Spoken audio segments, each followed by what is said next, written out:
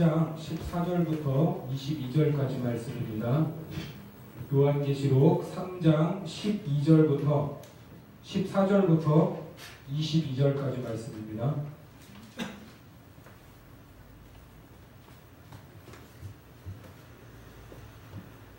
한 절씩 교독하겠습니다. 3장 14절부터 22절까지 말씀입니다.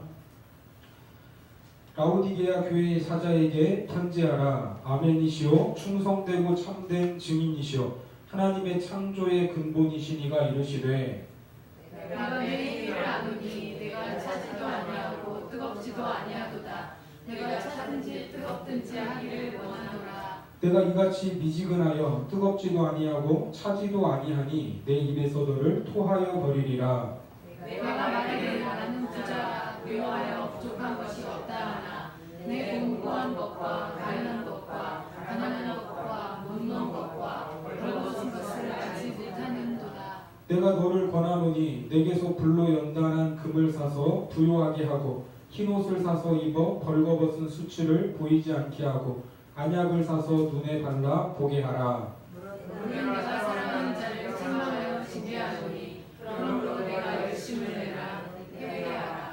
볼지어다 내가 문 밖에 서서 두드리노니 누구든지 내 음성을 듣고 문을 열면 내가 그에게로 들어가 그와 더불어 먹고 그는 나와 더불어 먹으리라. 이르되 내가 내 보좌에 함께 앉게 하여 주기를 내가 이기고 아버지 보좌에 함께 앉은 것과 같이 하리라. 같이 봅니다. 귀 있는 자는 성령이 교회들에게 하시는 말씀을 들을지어다. 아멘. 예, 오늘은 이제 계시록의 7개 교회 중 마지막 교회인 라오디게아 교회에 대한 말씀입니다. 소아시아의 7개 교회, 에베소, 서머나, 버가모, 두아디라, 사데, 빌라델비아, 그리고 오늘 이제 이 라오디게아는 오늘날의 우체국과 같은 기능을 하는 이 우편 집중국이 이 도시에 위치했었고, 그리고 이 도시가 하나의 순환 도로로 연결되어 있었습니다. 그리고 그 도로를 따라서 이 계시록이라는 편지가 각 교회마다 전달이 된 것입니다. 자, 그렇게 7도시를 쭉 돌면 이 거리로 한 340km 정도가 되는데, 이 서울에서 부산까지 거리가 약 400km가 되니까 그보다 약간 짧은 거리로 이 340km를 걸어서 이동을 하면 보통 9일에서 한 10일 정도가 걸렸습니다. 자, 그렇게 순환도로를 따라서 말씀을 전하는 여정이 이제 마무리가 되는데, 드디어 7번째 교회인 라오디게아 교회에 오늘 주의 말씀이 전달이 됩니다. 자, 우선 이 라오디게아의 지역적인 특징을 보면 지난번에 어떤 도시였죠? 빌라델비아. 이 빌라델비아에서 남동쪽으로 한 64km 정도, 그리고 에베소에서 보면 동쪽으로 약 160km 정도 떨어져 있습니다.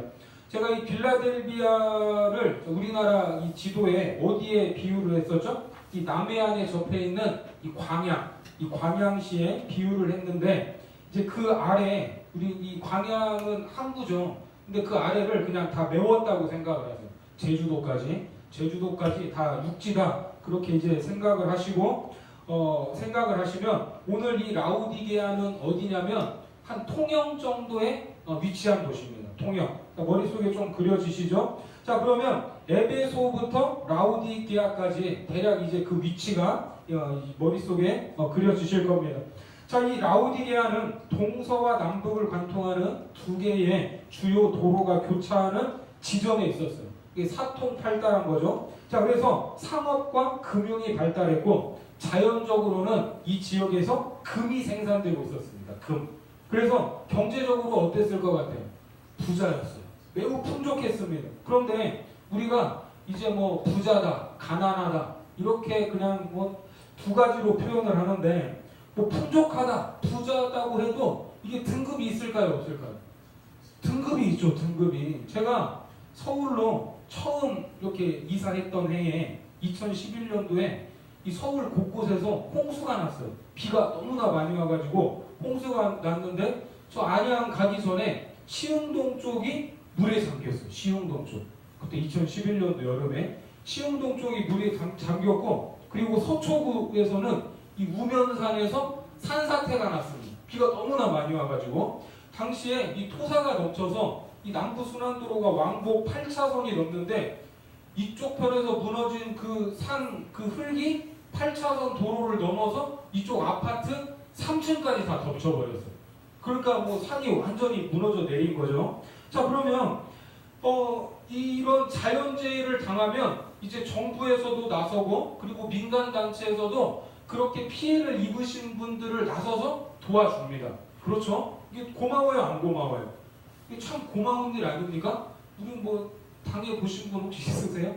저는 뭐 그런 홍수를 당해보진 않았지만 하루아침에 집을 잃고 모든 살림살이를 잃으면 얼마나 이게 막막하겠어요. 그런데 그런 돕는 손길이 있을 때 그게 참 고마운 손길 아니겠습니까? 그런데 그때 당시에 이 시흥동 쪽에서는 그런 구호의 손길을 감사하게 받았는데, 놀랍게도 우면산 그 서초구에 사시는 그분들은 구청에서 도와준다고 해도 거절을 했어요.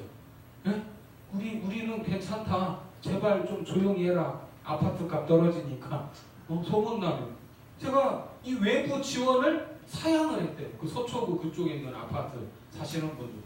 그 집 아니어도 또 다른 데 살 때도 있고, 예? 그리고 많이 있었나 봐요. 제가 그런 기사를 본 적이 있습니다. 그래서 이 서울 부자는 그냥 부자가 아니라 참 좀 이렇게 높은 등급이 다른 부자구나. 제가 서울 처음 온 해에 제가 그런 걸 느꼈습니다. 자, 다시 본문으로 와서 실제 이 소아시아 지역에 AD 17년경에 엄청난 대지진이 있었습니다. 엄청난 대지진. 그때 이 계시록이라는 편지를 받은 7개 도시도 많은 피해를 입었습니다.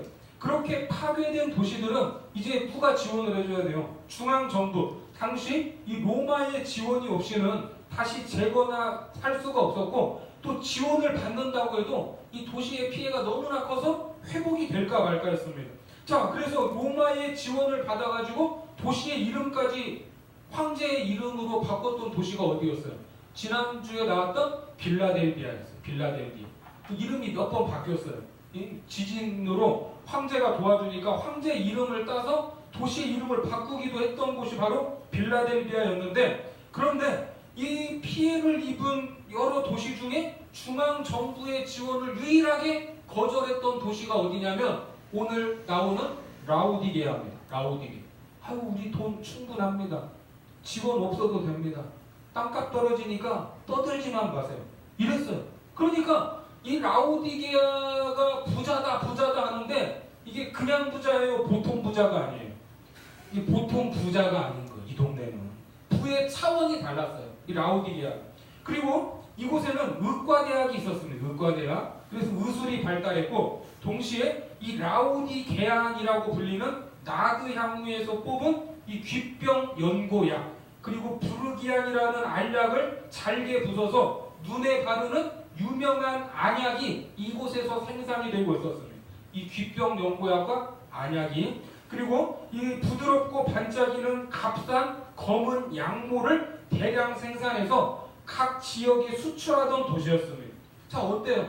금도 생산되고 의과대학도 있고 뭐 약도 생산해서 수출까지 하는, 그러니까 일자리도 넉넉하고 뭘 해도 부자가 될 수밖에 없는 그런 조건을 가진 도시였습니다. 자, 그런데 이 지역이 절대적으로 아쉬운 점 하나가 있었어요. 그게 뭐였냐면 바로 마실 물이었습니다.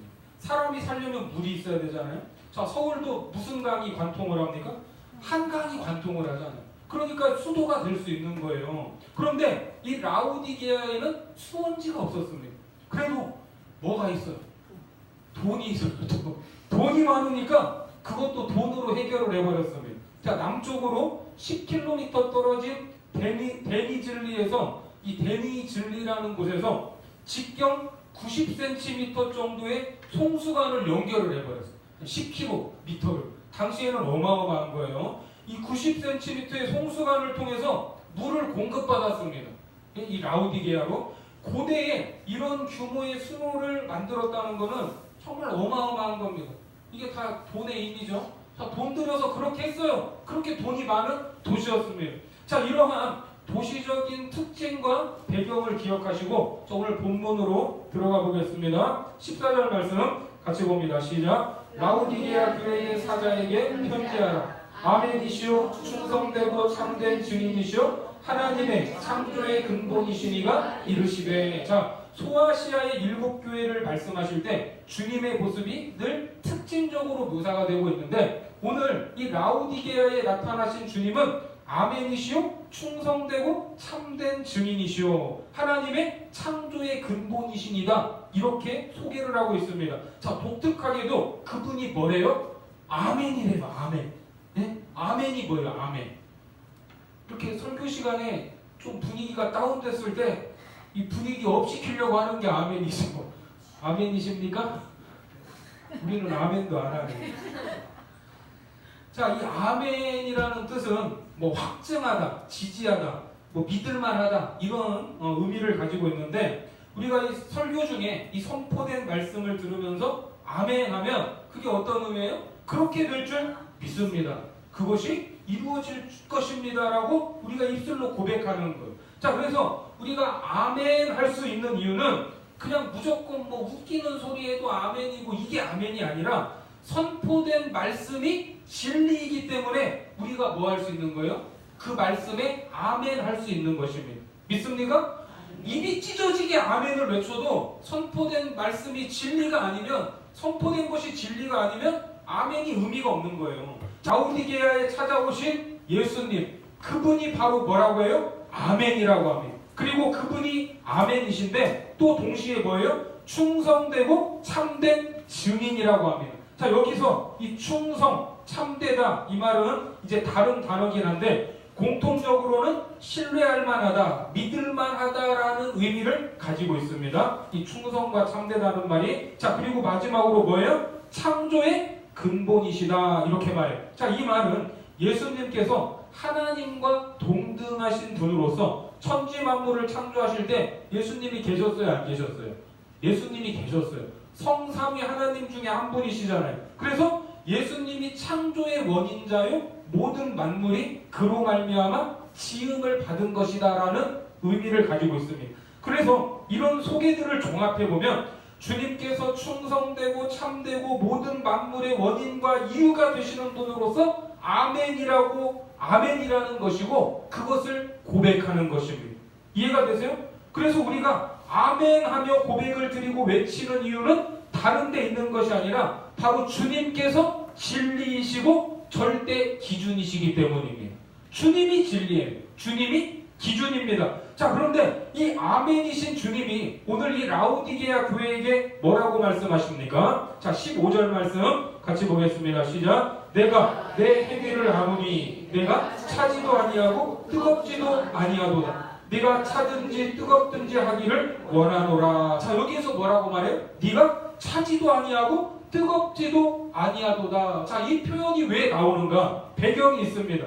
자, 이 라우디게아와 가까운 이 히에라폴리스라는 곳이 있어요. 히에라폴리스. 자, 이곳에서는 뜨거운 온천수가 칼칼칼칼 쏟아져 나왔습니다. 그래서 이 사람들의 건강에 유익을 줬어요. 이 뜨끈뜨끈한 이 온천수에 몸을 담그면 기분이 좋죠. 피로도 풀리고 피부도 좋아지고. 그리고 또 이 라우디게아 근처에 있는 골로새, 이 골로새에서는 아주 차가운 물이 있었어요. 차가운 물.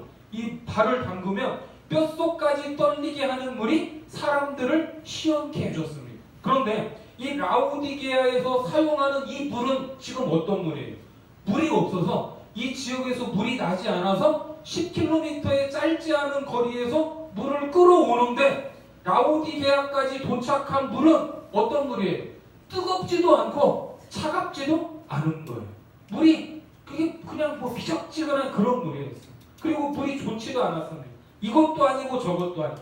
그래서 그 물을 바로 그냥 한 모금 마시면 그냥 별로 그냥 없어서 마시지 그냥 마시는 그런 물이었어요. 그래서 이 말이 지금 나오는 겁니다. 자, 그리고 16절 말씀 같이 보겠습니다. 시작. 내가 이같이 미지근하여 뜨겁지도 아니하고 차지도 아니하니 내 입에서 너를 토하여 버리리라. 네가 미지근하다는 거예요. 내 도저히 이게 이 맛도 아니고 저 맛도 아니어서 토할 것이라고 합니다. 자기들이 마시는 물, 먹고는 있지만 어쩔 수 없이 먹고 있는 그런 일상이었기 때문에 이가 미지근하다 이 말을 하면 라오디게아 성도들은 다 알아들어요? 못 알아들어요? 다 알아듣는 거예요. 아, 우리가 그런 맛이었나?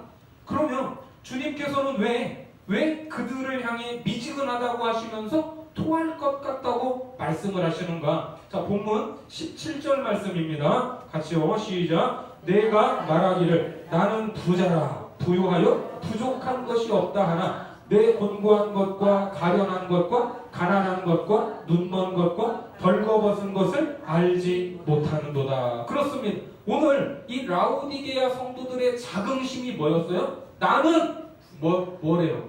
부자래요. 부자도 보통 부자가 아니에요. 부족한 것이 없었어요. 이것은 이 도시가 폐허가 되어버린 대지진 속에서도 흔들리지 않았던 라오디게아 사람들의 자랑이요 금지였습니다. 도시가 대지진이 나서 아파트가 무너지고 그래도 우리는 돈 있다 이거예요. 우리는 먹고 충분하다. 그런데 부족함이 없다고 스스로 생각하고 있는 그들의 모습을 아멘이신 예수 그리스도의 눈으로 보니까 어떻게 보여요? 내 곤고한 것과 가련한 것과 가난한 것과 눈먼 것과 벌거벗은 것입니다. 이것이 주님이 본 라오디게아 교회의 모습이었어요. 주님이 말하는 그들의 모습을 문자 그대로 한번 상상을 해보세요. 곤고하고 가련하고 가난하고 눈멀고 벌거벗은 것. 이 문자 그대로 하면 지금 이 라오디게아 사람들은 어떤 상태예요? 병들고 헐벗은 완전 이 거지도 진짜 완전 이 불쌍한 거지꼴 그런 꼴의 모습인 거예요. 지금 이 라오디게아 성도들은 왜 스스로 평가하는 자기 자신들의 모습과 주님이 평가하는 그들의 모습이 이렇게 상반되는 것인가? 그것은 판단의 기준이 달랐기 때문입니다. 오늘 라오디게아 교회에 나타나시는 주님은 뭐라고요? 아멘이에요. 아멘의 근거와 기원을 찾아보면 이렇습니다. 자, 이사야 65장 16절 말씀 같이 한번 읽겠습니다. 시작. 이러므로 땅에서 자기를 위하여 복을 구하는 자는 진리의 하나님을 향하여 복을 구할 것이요 땅에서 맹세하는 자는 진리의 하나님으로 맹세하리니 이는 이전 환란이 잊어졌고 내 눈앞에 숨겨졌음이라. 자, 여기에 진리의 하나님이 나오는데 이거는 뭐라고요? 아멘의 하나님이에요. 아멘의 하나님. 아멘은 언제 할 수 있다고요? 선포된 말씀이 진리이기 때문에 아멘할 수 있다고 했잖아요. 이 진리는 변하지 않는 것이고 절대 기준입니다. 내가 믿는다는 고백의 차원을 넘어서 하나님의 속성과 성품을 의미하는 것입니다. 자, 말씀 한 것 더 보겠습니다. 고린도후서 1장 20절 말씀 같이요. 시작. 하나님의 약속은 얼마든지 그리스도 안에서 예가 되니 그런즉 그로 말미암아 우리가 아멘하여 하나님께 영광을 돌리게 되느니라. 자, 우리가 하나님께 영광을 돌린다 이 말을 씁니까 안 씁니까? 쓰죠. 하나님의 영광을 위해서 우리가 직접 들을 때는 언제예요? 연말에 이 유명한 연예인들이 큰 상을 타고 조금 믿음 있는 사람들이 인터뷰할 때 이 모든 영광을 하나님께 돌린다 이런 멘트를 하잖아요. 자, 하지만 그런 멘트로 내가 받을 스포트라이트를 하나님께 돌린다는 측면으로 한정되는 것, 그것이 하나님께 영광이 아니고 하나님 그분의 속성과 성품을 내 중심으로 고백하는 것, 이것이 하나님께 영광입니다. 이해가 되세요? 하나님은 창조주이십니다. 맞아요? 틀려요?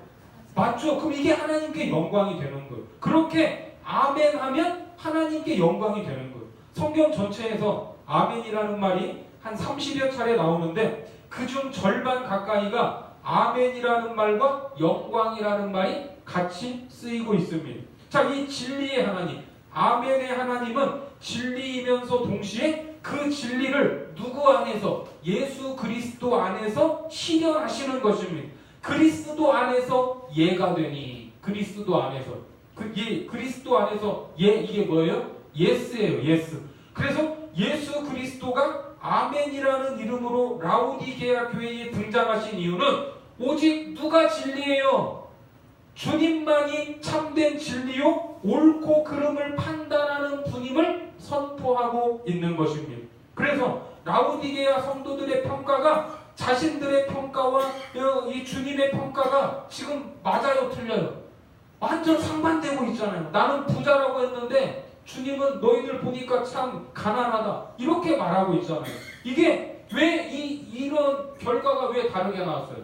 기준이 다르니까. 기준이 그 사람들이 보는 자기 자신을 바라보는 기준과 예수님이 그들을 보는 기준이 달랐던 것입니다. 네? 한마디로 라오디게아 성도들 안에는 뭐가 없어요?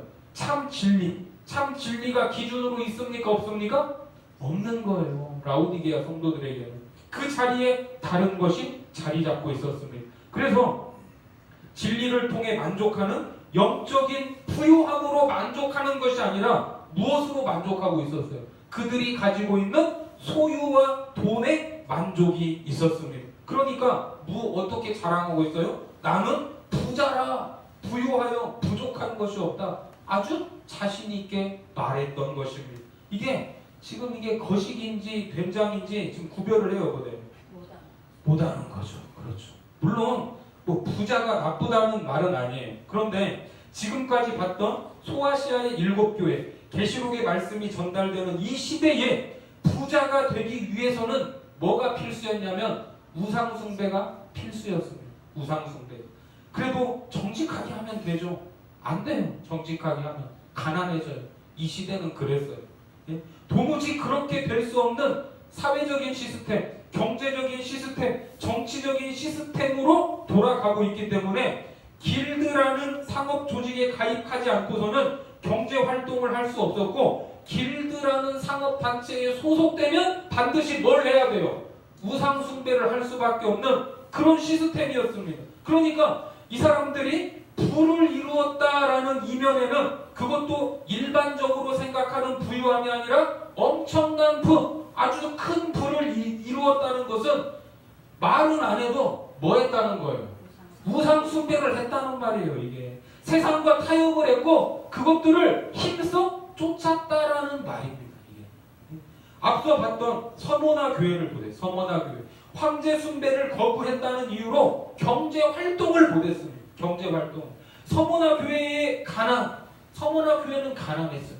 근데 그 가난이 그냥 가난이 아니라 어떤 가난이었어요?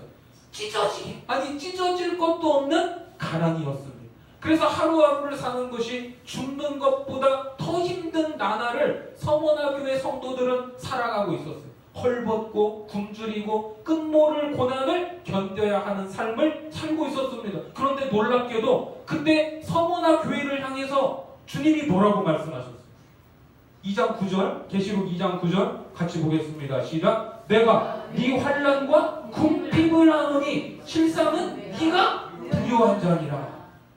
지금 산거지 같은 꼴을 하고 사는 성도들에게 예수님이 뭐라고 말해요? 실상은 네가 부자래요. 네가. 이 말씀도 이게 지금 말이 안 되고 이게 기가 막힌데, 오늘 이 라오디게아 성도들은 나는 부자다, 부유하다, 부족함이 없다는데 주님은 네가 뭐래요? 가난하대, 가련하대, 불쌍하대요, 병들어 있대. 왜 이런 극명한 평가가 이루어진다고요? 주님과 그들이 바라보는 기준이 다르기 때문입니다. 오늘 라오디게아 성도들의 삶의 방식과 기준은 주님도 아니었고 주님의 말씀도 아닌 세상의 가치관과 기준이 그들 삶에 자리하고 있었던 것입니다. 이것은 우리와도 전혀 무관하다 이렇게 말할 수 있어요, 없어요? 네? 우리와도 좀 밀접하죠. 네? 자, 우리가 사는 이 시대는 이 철학적인 사주로 봤을 때 포스트 모더니즘의 시대라고 합니다. 이 포스트 모더니즘의 특징을 다 말씀드릴 수는 없지만 한마디로 간단하게 이야기를 하면 포스트 모더니즘은 절대 기준과 절대 진리는 없다는 거예요. 이게 이 철학 사조예요. 철학 사조. 기준이 없으니까 모든 게 어떻게 돼요? 다 상대화 되는 거예요. 상대화. 그러면 결국 기준이 누가 되겠습니까? 그렇죠. 지가 기준이 되는 거예요. 내 마음이 기준이 되는 거예요. 내 마음에 맞으면 그것이 진리요 기준이 되는 것입니다. 제가 이 어릴 적 다녔던 교회 이 첫 개척 예배 때 7명의 주일학생으로 이제 시작을 한 교회인데 제가 그중 한 학생이었습니다. 이번에 그 추석 때 이제 우리 이제 예배가 없어서 제가 한 10몇 년 만에 갔는데 또 딱 33주년 기념 예배였어요. 그 힘든 개척 시절에 이제 주일학생 7명으로 시작을 했지만 이제 뭐 한두 분씩 이렇게 모여가지고 이제 어른들, 집사님들 몇 분이 계셨는데 처음에는 상가 2층 한 15평에서 시작을 해가지고 한 3년 후에 30평대 상가로, 그리고 또 3년 후에 또 40평대 상가로, 그리고 2년 후에 이제 교회 부지를 사서 그 판넬로 건축을 하기까지 한 8년이 걸렸습니다. 그런데 그 8년 동안 교회가 이사를 하면 보통 한 3년, 2년, 3년이니까 뭐 전세 계약 기간이잖아요, 그게. 그래서 교회가 이사를 하면 같이 교회 근처로 이렇게 같이 이사 다니시는 한 4-5명의 이 가정이 있었어요. 4-5분의 집사님 가정이. 사실 익산이 그렇게 크지가 않거든요. 이 영등포보다 작아요. 금천구보다 작고. 그러니까 이쪽 끝에 있으나 저쪽 끝에 있으나 이게 매 한 가지인데 그분들은 교회가 이사할 때마다 따라다녔어요. 예? 자, 그러면 그분들의 삶의 중심은 뭔 거예요? 그렇죠. 교회인 거죠. 교회. 어떻게든 교회를 가까이서 새벽 예배도 하고 기도도 하고 예배 생활도 하려고 하는 그런 이 삶의 중심이 있었습니다. 예? 그 교회가 있었어요. 뭐 이 시대에 우리의 삶의 패턴과 정세는 안 맞지만 이게 귀한 마음입니까? 아닙니까? 좀 귀한 마음 아닙니까? 그러니까 삶의 중심에 무엇이 있느냐에 따라 생활 패턴이 달라질 수밖에 없다는 거예요. 어떤 분들은 교회가 멀어도 너무 멀대요. 예? 교회는 늘 그 자리에 있었는데 자기가 이사가 놓고 교회가 멀대요. 교회가 먼 거예요? 자기 집이 먼 거예요?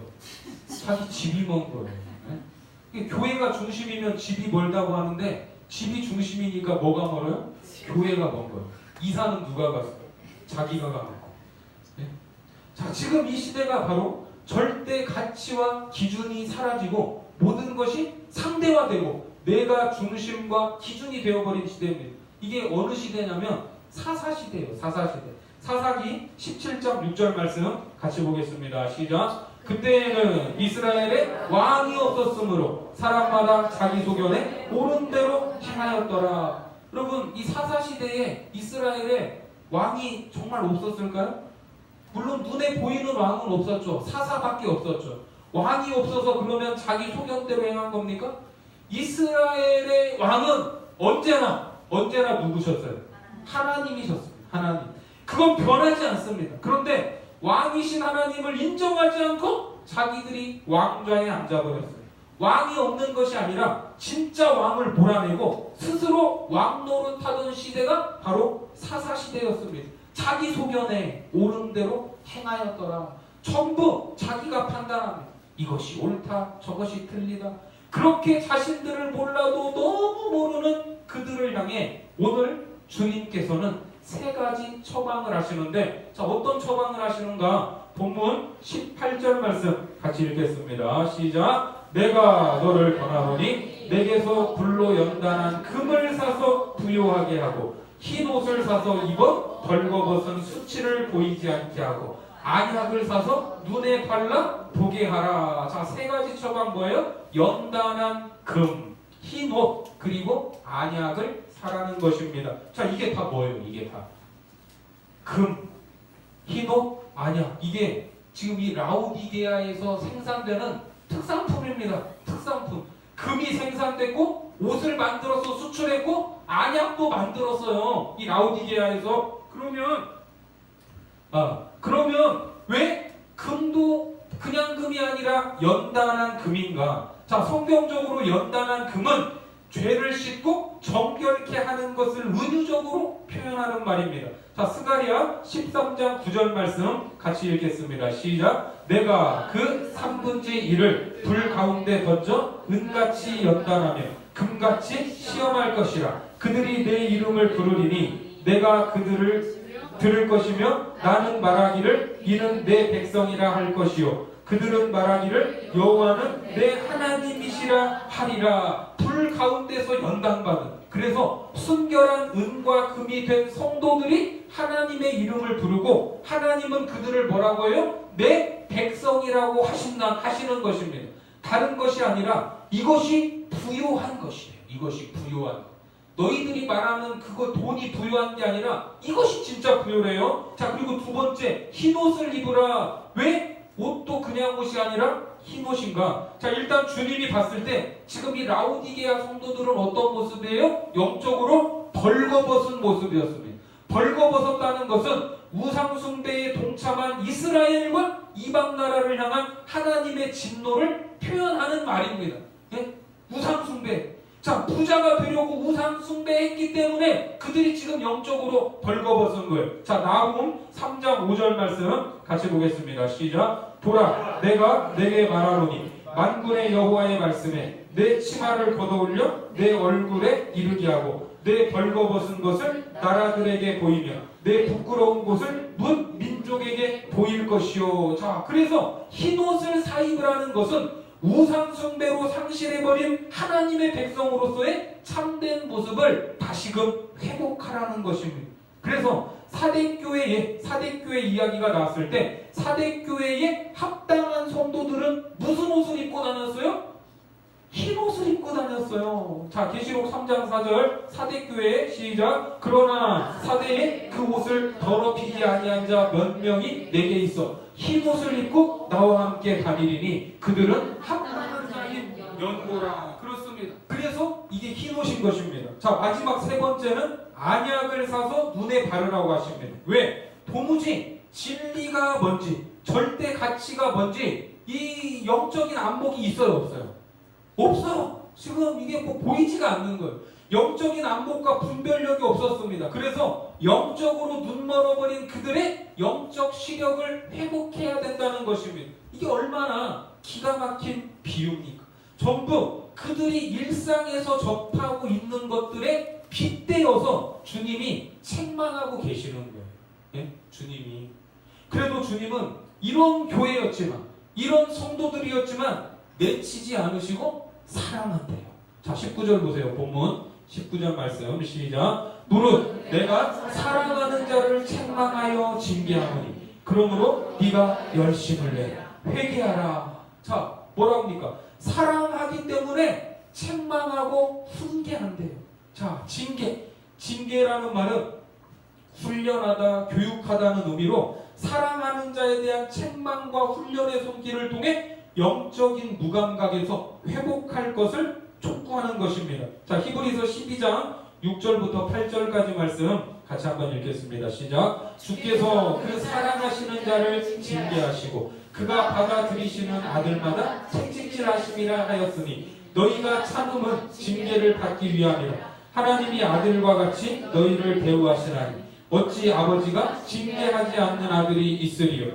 징계는 다 받는 것이거든 너희에게 없으면 사생자요 친아들이 아니니라. 그렇습니다. 때로 나에게 아무런 일이 없다고 해서 하는 일마다 잘 되고 대박이 난다고 해서 이게 전부 다 축복일 수는 없습니다. 우리는 하나님께 책망과 훈계를 끊임없이 받아야 되는 것. 잘못한 것이 있으면 꾸지람을 듣는 것. 이것이 우리를 향한 하나님의 뭐예요? 사랑입니다. 사랑. 우리를 미워하시는 게 아니라 우리를 사랑하시기 때문에 책망하시고 훈계한다는 것을 믿으시기 바랍니다. 그래서 진리의 말씀 앞에 찔림이 있고 회개할 마음이 생긴다면 하나님이 여러분들을 사랑하는 거예요. 믿습니까? 그러면 그때 즉각적으로 반응하시기 바랍니다. 하나님은 지금도 우리를 기다리고 계세요. 그렇게 기다리면서 외치시는데, 자, 뭐라고 외치십니까? 본문 20절 말씀 같이 봅니다. 시작. 볼지어다 내가 문 밖에 서서 두드리노니 누구든지 내 음성을 듣고 문을 열면 내가 그에게로 들어가 그와 더불어 먹고 그는 나와 더불어 먹으리라. 자, 20절 이 말씀은 볼지어다. 이건 주님의 절규예요. 절규. 야, 좀 봐라. 내가 문 밖에 서 있다. 이 두드리는 소리가 들리지 않느냐? 너희 귀에. 이제 좀 문 좀 열어라. 회개를 요청하는 것입니다. 지금 네 삶은 부유한 것이 아니다. 스스로 속지 말고 어서 돌이켜라. 이 주님의 절규에 볼지어다. 오늘 라오디게아 성도들을 향한 믿는다고 자부하지만 무엇이 옳고 그른지도 모르는 세상 헛된 것으로 거짓 만족을 누리고 있는 그 안에 진리가 없는 성도들, 절대 진리와 기준으로 보지 못하고 자기가 기준이 되어버린 나를 향한, 우리를 향한 주님의 말씀임을 믿으시기 바랍니다. 여러분들 삶에 만족이 있습니까? 여러분 무엇 때문에 그렇게 만족하십니까? 하고 계신 일이 잘 돼서 만족하십니까? 자녀들의 미래가 확실해서 만족하십니까? 아니면 노후가 든든해서 아무 걱정이 없으십니까? 주님을 문 밖에 세워두고 혼자서 아무리 좋은 것을 먹고 마셔도 그것은 참된 만족과 부요가 아닙니다. 절대 진리요? 아멘이신 주님과 더불어 먹고 마시는 영적인 교제, 그 기쁨과 즐거움이 우리의 삶에 있어야 될 줄 믿으시기 바랍니다. 그런 의미에서 라오디게아 성도들은 주님과의 식사, 이 교제가 없는 상태였어요. 참된 즐거움이 없었어요. 하지만 회개하고 돌이키면 다시 너희와 더불어 먹고 마시겠다는 거예요. 영적인 부요함, 기쁨과 참된 만족을 약속하고 계시는 것입니다. 출애굽기 24장 11절 말씀해 보니까 같이 봅니다. 시작. 하나님이 이스라엘 자손들의 존귀한 자들에게 손을 대지 아니하셨고 그들은 하나님을 뵙고 먹고 마셨더라. 자, 존귀한 자녀들은 뭐 하는 거예요? 하나님을 뵙고 그분과 더불어 먹고 마시는 것입니다. 그분과 늘 함께하는 이 상징이 오늘 본문에도 표현이 되어 있어요. 본문 21절 말씀해 보니까 이기는 그에게는 내가 내 보좌에서 어떻게 한다고요? 함께 앉게 하여 주기를 내가 이기고 아버지 보좌에 함께 앉은 것과 같이 하리라. 이 같이 거기에서 얼굴을 맞대고 먹고 마시겠다는 거예요. 여러분들은 나는 부족한 것이 없다 이렇게 자신 있게 말할 수 있습니까? 오늘 주신 주님의 준엄한 말씀 앞에서 내 모습을, 내 삶의 방향을 주님의 기준과 관점으로 다시 한번 바라볼 수 있기를 바랍니다. 그리고 세상의 모든 것을 이뤄도 주님만은 놓치지 않겠다 하는 결단과 각오를 하시고 세상이 주는 거짓된 부유함과 헛된 만족이 아닌 주님과 함께 더불어 먹고 마시는 진정한 부유함을 누리는 하나님의 거룩한 자녀들 되시기를 주님의 이름으로 축복합니다. 기도하겠습니다.